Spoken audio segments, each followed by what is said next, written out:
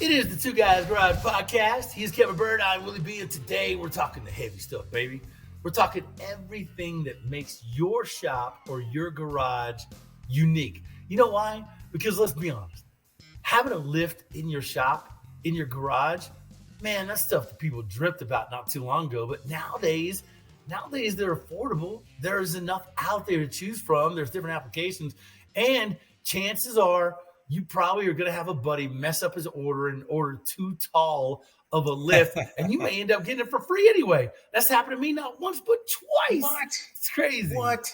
Yeah, I've man. never had somebody say, oh my gosh, I got this extra lift over here. But there are some great deals out there, whether it's from a buddy, whether it's used, or, man, like you said, there are some great prices on lifts that totally changes the game. You know, we used to think about lifts. That's the pinnacle, right, of a shop. Right. It's having a lift. Now all the things, right, your gears are spinning, your head's going wild. You're thinking, wow, you know, how I drop motors out is completely different. How I do a transmission, how I do this, how I do that, how I run exhaust. Everything becomes different when you have a lift.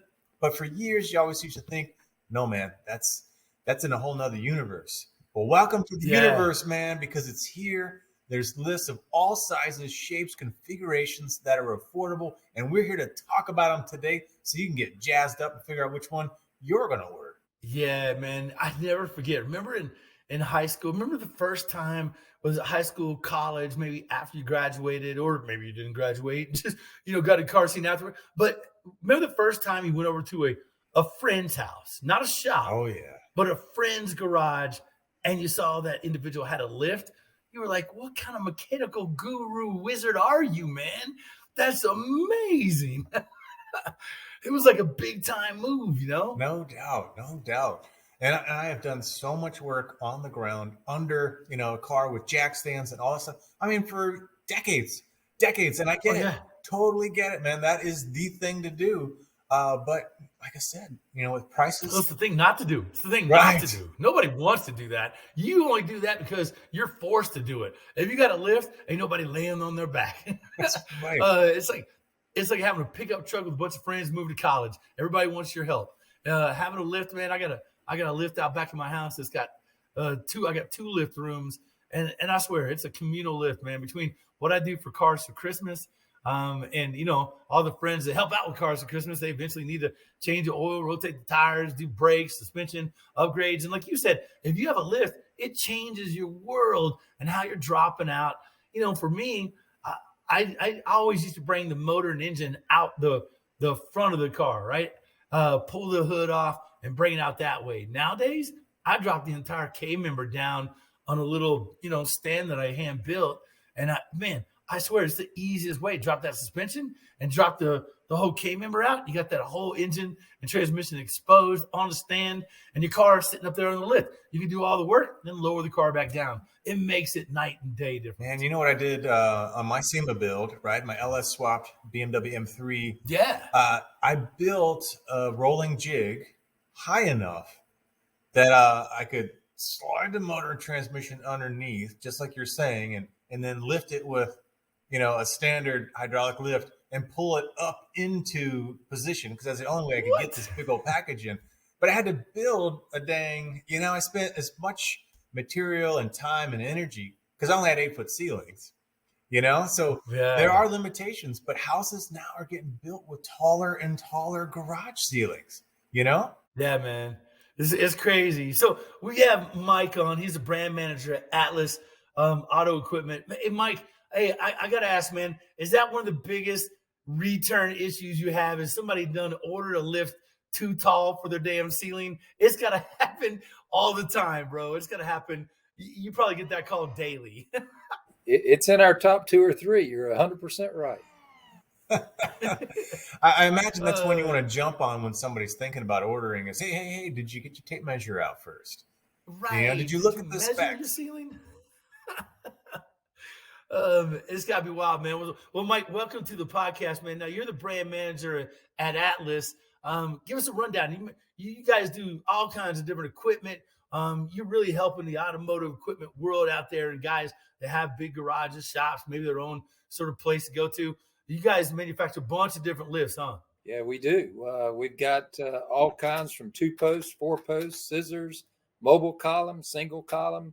So we should be able to take care of any lift needs any customer's got. Yeah, that's All right, key. man. That's key because everybody's got a different need, you know. Because think about when you pick up your lift, Willie.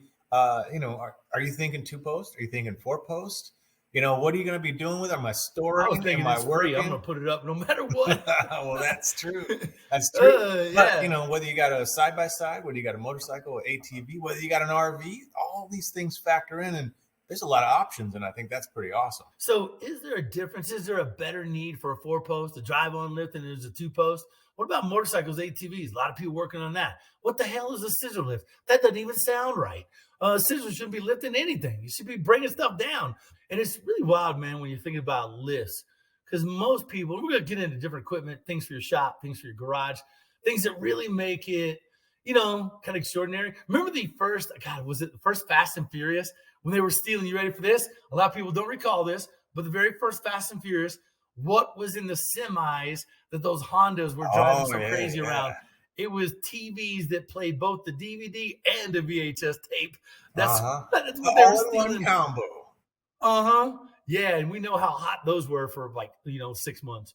It's kind of wild when you're talking lists, man, because a lot of people, especially in the automotive world, man, it's such a big dream and such a huge burden off of them if they were to have a lift.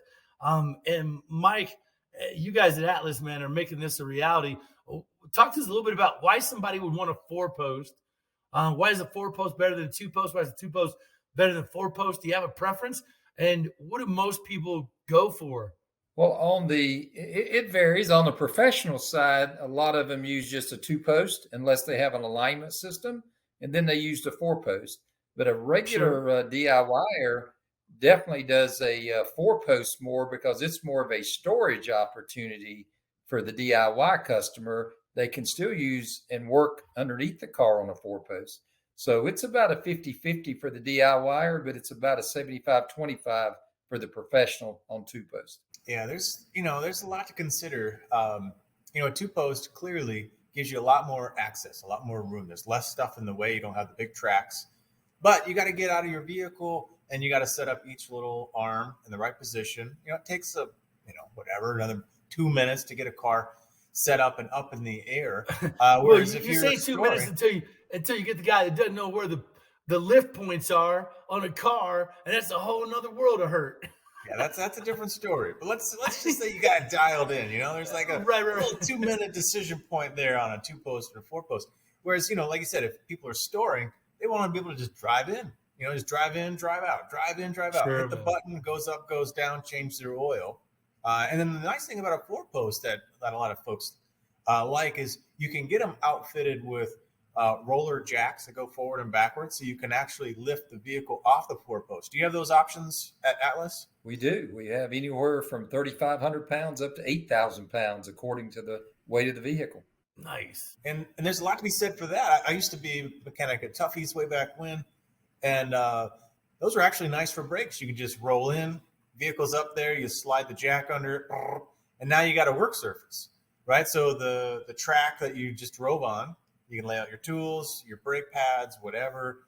It's kind of a little work surface there to do brakes. So, there's definitely some pros to it. But, if you want to be able to have access. So, Kevin, if somebody's used those lift posts, so are those convenient enough that somebody would jump on a 4-post for the storage capabilities and access there? Or is it just easier to get a 2-post? Like if you had your druthers and you had to do a lot of work on the car, maybe underneath the car, which one would you go with? I think I'm going with the 50-50. I don't think you can make too many arguments one way or another. In my shop here, I've got a 2-post right behind me. And that just gives me the freedom to put, as much access and do as many different things on a vehicle without anything in my way.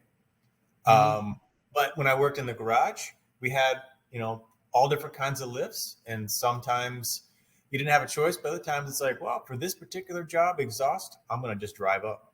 For this brake job, I'm going to drive up, but oh man, I got to pull a transmission. I got to do something else. I'll go to the 2-post. So, The thing to do is have one of each. That's You're when right, you're right, balling. right. That's when you're balling right there.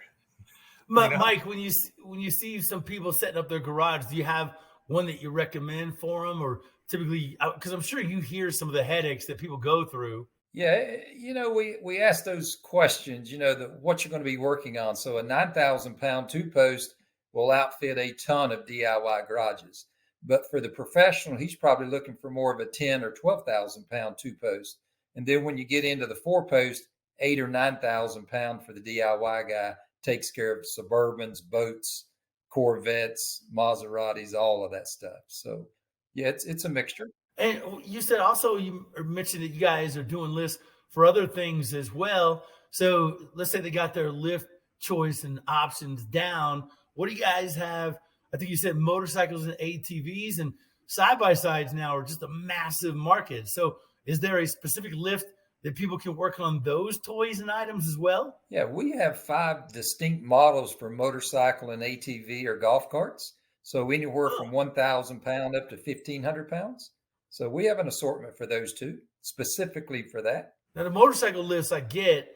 What are you doing for quads and side by sides?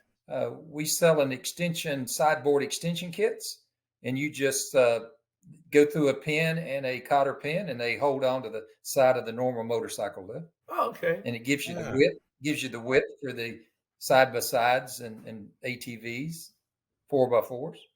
Yeah, so many people Lawnmowers. busting lift kits and upgrades out on those. I imagine that's got to be a pretty hot market for you because you might not have room for a 2-post or a 4-post, but you probably do have room for something like that. True. And then that kind of brings in for if a guy or a person doesn't have room, we have low rise, mid rise, quick bay lifts that's portable. In other words, you set them up in your garage, you finish, roll them up against a wall or put them out in your shed. They don't have to stay in the same place or be bolted down. So great option. But can still lift your car. Explain that. Is that what the scissor lift you were talking about? That's some of the models of the scissor lifts, and basically they go from 6,000 pounds to 7,000 pounds on the portable, removable ones. Very, very awesome. Low rise will get you into changing tires and brakes. Mid rise will get you up to changing oil, that kind of things. Really?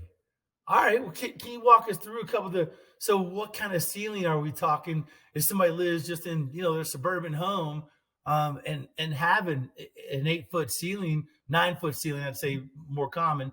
What do you have that could get their car? Do you have something that could get it up high enough where you could do an oil change and brakes and get underneath it with a decent amount of ease? Yeah. The low rise for the tires and everything, they go up to 23 inches. And then of course the height of your vehicle, what you're working on, the mid rise are in the 50-inch range. So it'll go up 50 inches. You can't quite stand under it, but you don't have to completely lay down on a creeper either. You got enough room to work under it. Oh, that's such a big help. Said, if you can get under a vehicle with a roll around stool, that's kind of your, you've hit the sweet spot, and then beyond just gets even better. Right. No doubt. Yeah. One of my lift rooms where I got a free lift. It's a lower ceiling. It's probably 9 or 10 feet, but yeah, much like that. I can't stand up all the way upright on like a truck or a small, sort of SUV style deal. But man, it's right there at that threshold. Makes it easy and convenient. I can't imagine. Could you ever imagine going to a place that doesn't have a lift after having one for a couple of years? Oh, it'd be a nightmare. Well, the way I always look at tools, it didn't matter if it's my shop or, any shop I'm in, I'm standing around. I'm like, all right, I got a lift, I got a welder, I got this, I got a bender, and you're sizing up what you can do, and a lift just brings your capability and speed and less hassle and all of it just to another level. So yeah, when you start thinking about backtracking, everybody says, hey, we're going to do this major mod or transmission dropout on the ground. You're like, bro, I don't know if we're that good of friends, Mike, you ever done a transmission drop? You ever done a transmission drop in the front of an apartment complex in Charlotte, North Carolina at 2:30 in the morning on Saturday? Doubt it. Not many people have. I have, and that sucked. Yeah, how about steamy hot Florida? Yeah, yeah, man. Many times. Oh, I this grew is up on the ground, man. I grew up crawling on the yeah. ground. Oof, not fun at Hey, all. Mike, is that what led you to Atlas? What took you on that automotive sort of equipment calling for you as far as a career path?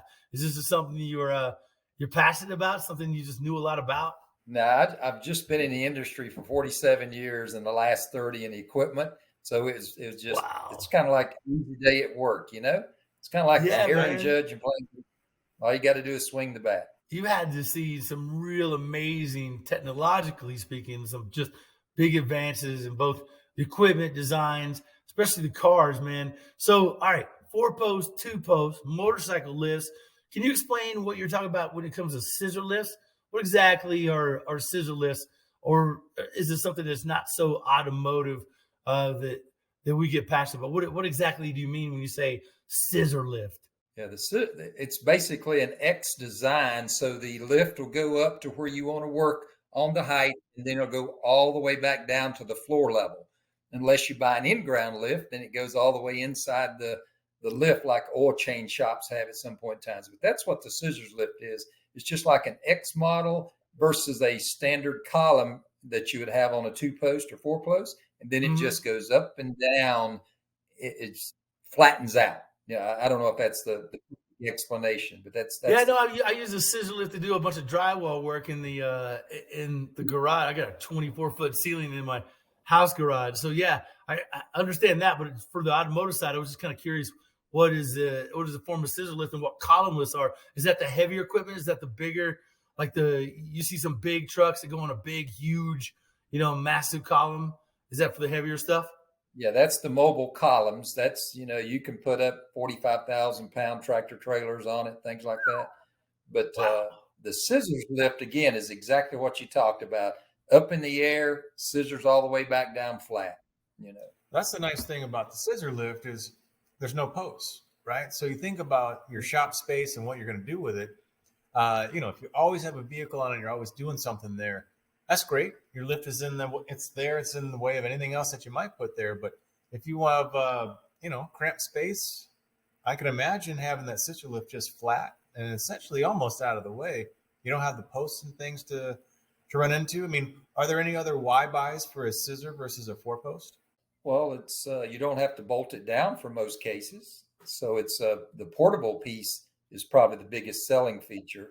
Or Mm. you can get some of the 9,000, you can get 16,000 pound scissors lift, but again, Whew. it's the portability in a lot of cases that you don't have the column stuck up in the air. So if you had Definitely. 9,000 pounds, kind of your solid type lift for most people, how portable is that? Like, what does it take to move it, through your shop or maybe push it out of the way? How hard is that to move? What do you need? It comes with kind of a little device that pumps it up, moves it a couple inches off the ground, and then you just roll it. So it's so you get that. Wow, you Nice. just push it out of the way. Huh. Yeah, exactly. Yeah, it's not like you have to have a crane or anything like that. It comes with the device that gets it up off the ground and boom, moves it left, right, completely out of your shop. You make that decision. Well, that's something to think Wow. about, right? Because I know That we is. all have shop space. Not Willie. Willie has like, you know, he has what do you call a ranch full of buildings. I don't Yes, know I got if it a has couple as massive much shop space. buildings. Yeah, it's huge. But the rest of us are landlocked and building locked, and so you're always thinking about, man, if I have this, I can't have that because I'm out of space. So something like that, a scissor lift, where you could still get your 9,000, 12,000 pound capability and your full height, mid height, whatever you need based on your Yeah. ceiling, and then be able to kind of push it over here or over there. That's a lot to be said for that. Yeah, man. There's not only that, but hey, can you give us, before we in this segment move on to a couple other cool things you guys are manufacturing there at Atlas Auto Equipment? What are the price ranges people are looking at when it comes to different lifts, for a 4-post, a 2-post, some of these scissor lifts? Where can they get into it? Sort of on a high and low range. Where does that fall out at? Do you happen to know that? Yeah, low range will be just under $2,000 for 2-post scissors and all of those, and then you can spend Wow. as much as $4,000 for a nice 9,000 pound 4-post. Wow. And we have them a little higher than that. So did you say a two post is under $2,000? Yeah, mid-rise and two post are under $2,000, and then you can add a few features to them that get a little higher. And then four posts, you can get well under $4,000 and get in the four post market. Wow, man, that's Told crazy. you. Told you, it's affordable nowadays, man. It's crazy Yeah. why more people don't have a lift in their shop, and Atlas Auto Equipment making that affordable, making that go-to spot. If you're thinking about, everybody thinking about putting a lift in the garage, it's about time you did it. So go to atlasautoequipment.com, find them there, and we're really talking anything and everything for your shop. Because let's be honest, man, the shop is where and some ladies just love to live. It's therapeutic for a lot of us to get out there, turn the wrenches, and we see the results of our hard work. When you dust off the old hot rod, go to do a little work, a little upgrade, and you get to take it out and do a couple test hits or rides, that much more improved or stops that much better. Man, it just feels good to roll back in and know you got it handled when it comes to tools. Mike, you're the brand manager at a company that makes a lot of crazy cool tools for a lot of shops and a lot of people in the industry. Would you say you do more home or more business type shops on your end? 'Cause I imagine everybody's trying to get a piece of that lift equipment. It's so true to 50-50. It could be 52-48, but it's split down the middle. It really is.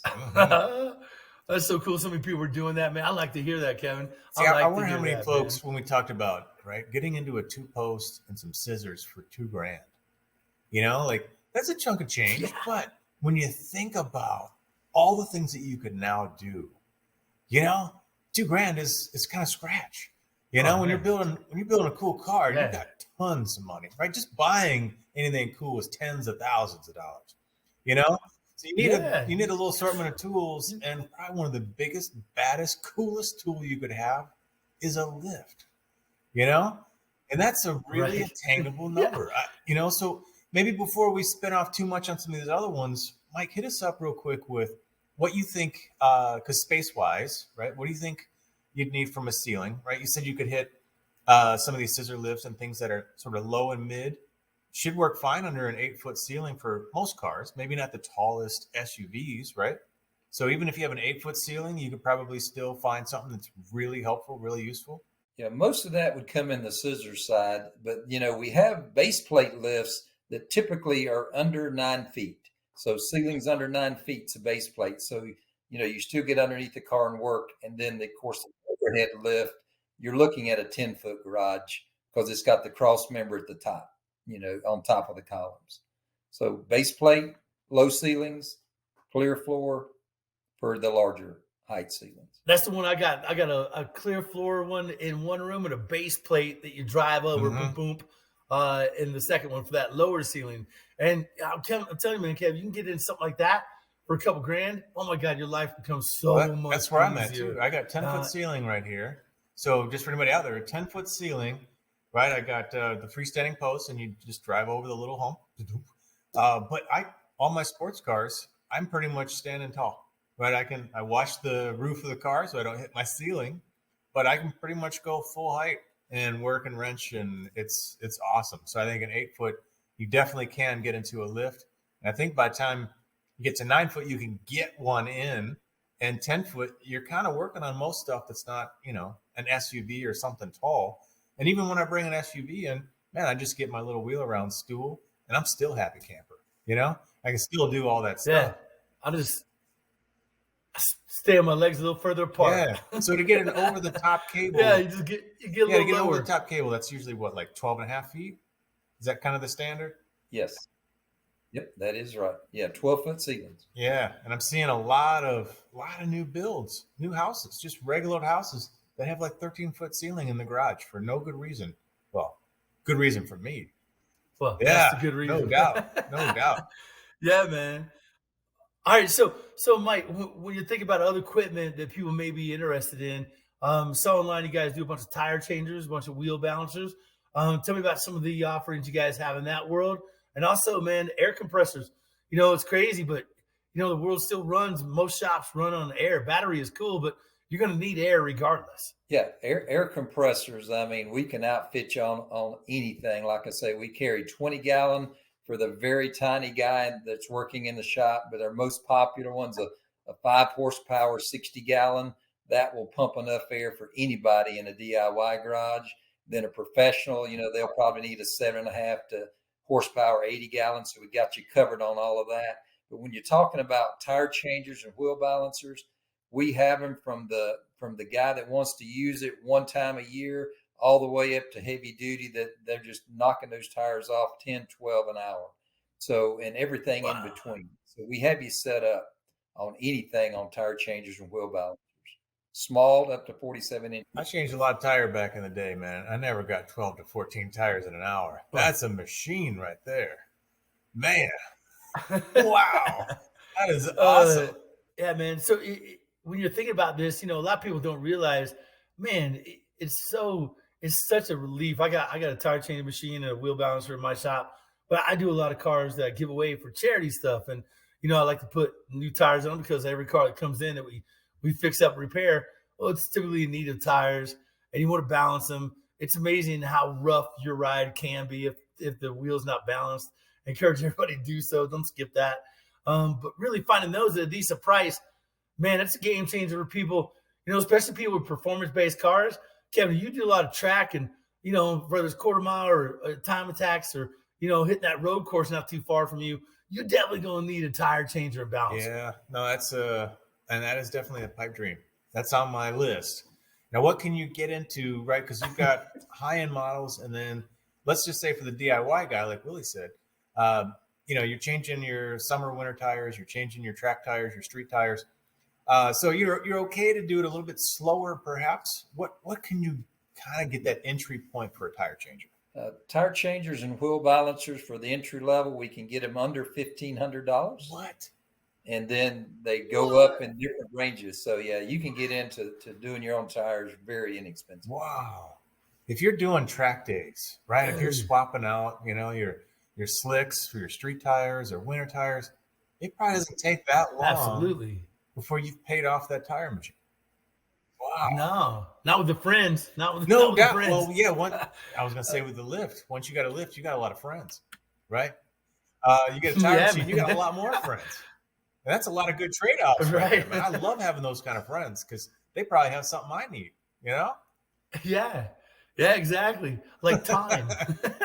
All right, man. So Atlas Auto Equipment, you guys making all kinds of sandblast cabinets too, which is a big thing as well, man. So you guys offer varying sizes in sandblast and stuff? Yeah, we offer 4 sizes, and from what we call a medium all the way up to extra large. And, you can put not almost, you can put a lot of items in there to clean them up, in that size. Some's got front and rear doors. The larger ones do. You can work on both sides of it. Most of them are the front door, and comes with all the equipment you need, from replacement nozzles to gloves. We carry the media if you need that. Replacement lenses. Nice. We got it. Right. Hey, man, it's one thing to go back and clean something up with, brake clean. It works, but if you really want to get that thing clean and blow all the old paint off of it, just get the part right and then paint it. Ain't nothing gonna beat a blasting cabinet, man. It makes such a huge difference. God, it's so much better. Yeah. So talk us cabinet. So something that'll fit a suspension control arm. What kind of cabinet pricing to get into something like that? Sandblast cabinets, again, they start at about $1,900 and go up to $2,500. So again, in my mind, affordable in the shop equipment lane as well. Yeah. And how big is that? How big is that blast cabinet in that $1,800-$1,900 range? It'll be somewhere in the neighborhood of 4 feet tall, 3 feet wide, and 2 feet deep. Man, that can blast some good stuff. So you get a lot of you can get a lot of pieces in there. I might even be able to fit my wife probably wouldn't like that too much. Never mind. But yeah, man, that's something that I feel like is a valuable asset in anybody's shop. Because no doubt, if you're putting on tie rod ends, and blasting suspension parts, or painting cool, bumper brackets and so forth, clean them up with the blasting cabinet is the way to go. Then you hit them with some paint and everything looks, man, just top tier. It's about changing, what we love and appreciate, our cars. And when you have some of this equipment, my God, can you make big impacts on your ride? Yeah, it's one of those that if you don't have it, you're shackled. Like you're brushing, and it's like, well, it's kind of clean, but man, when you can just clean it off and put a new coat of paint on, that's like a brand new part. Like you put some new bushings in, and wow, that's showroom. That takes you to the next level. And big time as far as the affordability, because look, we've all dreamt these, we all priced them out at times that were probably, it's amazing because you look back at what he said the price on a lift was. How many things have gone up 200-300% in the last few years? I feel like the price of these lifts, if anything, it might have gone down a little bit in the last couple of years. Like, it's amazing to get into some of this equipment at the price range you're paying for when everything else in the world seems to be exploding on price. It's great that we can get into some of this equipment and really change how you're working, finessing your car exponentially without that much, of a lag on your pocketbook and your checking account, man. That's think how much you can then save by doing it yourself, right? Whether it's all the work that you can do now because you've got a lift, changing your own tires instead of swapping them out and taking them, hucking all them tires in the back of whatever ride to go somewhere to have somebody else swap tires out for you. Blasting all your own parts versus paying somebody else to do it. All these things pay themselves back pretty quickly. You get 1 or 2 projects in, and you've probably already broken even, and now you got a lifelong tool. No doubt, man. So how do people see some of the equipment? AtlasAutoEquipment.com is kind of the best resource, Mike? That will be a great resource. Exactly. All right. AtlasAutoEquipment.com. ATLAS, AtlasAutoEquipment.com. Really all the questions, find their answers right there on that website. Easy to kind of navigate. I'm kind of sifting through it as we talk here. And really, fellas, if you're looking to upgrade your shop, man, nothing makes impacts like some of these tools that we just mentioned. Everything from, we all got air compressors, but having a blasting cabinet, having a tire changer, having a lift in your garage, oh man, it's such a huge impact. I encourage you to check out some of the deals, some of the stuff they have at AtlasAutoEquipment.com. Mike, anything else, man? You guys been in this automotive game for a long time, bro. It's glad to bring you on, tell some of our listeners and viewers all about it. Hey, my motto, or our motto since 1982, selling quality equipment at affordable prices. And we talked about that today. It holds true. There you go. Yes, sir. Yes, sir. Yeah, no doubt. No doubt. Since 1982, man. I got a couple. I got a couple that, moved up on my list here. My little dream tools. I got a good stash in here, but there's still a couple more I gotta knock off the list. So yeah, man. Very, very cool. All right, AtlasAutoEquipment.com. Check it out there. Make sure you check out our show aired weekends on the Motor Trend Network. Check your local listings. It's also available on Motor Trend Plus, which is their streaming service. Thanks to our guest, Mike of AtlasAutoEquipment.com. Make sure you hit up that website. Our executive producer, Bob Becker. Producer Scoop. He is Kevin Bird, and I'm Willie B. And don't forget to check out our website, twoguysgarage.com. Share your thoughts with us on social, Facebook, Instagram, and Twitter at Two Guys Garage. This Two Guys Garage podcast. It's copyright 2023, Breton Productions Incorporated. All rights reserved. All right, Mike. I'm going to be hitting you up about a new tire changer. Mine's literally changed about the last tires they will do this year for my Cars for Christmas program, man. We were kicking it along with the we were helping it along, trying to bust beads on tires this year, man. So that's great to know, man. Thanks for spending some time talk tools, man. It's crazy wild world of tools, and we're glad to talk about it. You got it. Thank you, guys. It was a pleasure. All right, Mike. Take care. Hope you guys at least learned about what options are out there, maybe some sizes, configurations that might work for you, a little pricing to kind of get your gears, spinning, and nice. Maybe out there is a cool tool in your future. All right, until the next time, it's the Two Guys Garage podcast. See you then.